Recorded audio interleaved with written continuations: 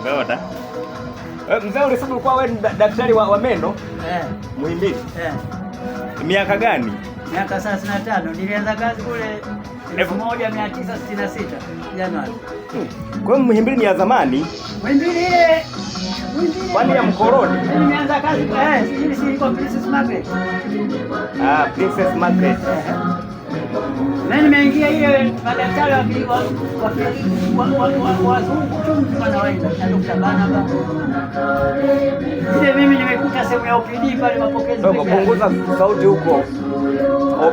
OPD si ugonjwa ule. OPD pale unapofikia wagonjwa mahututi wa ajali. Sasa mbona uigandisha? Hapa ndo nachukua picha.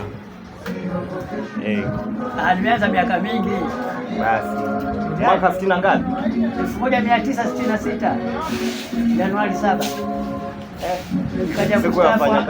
Nikaja kustaafu mwaka 2000. Mbona umefanya kazi za nje ya miaka ya serikali?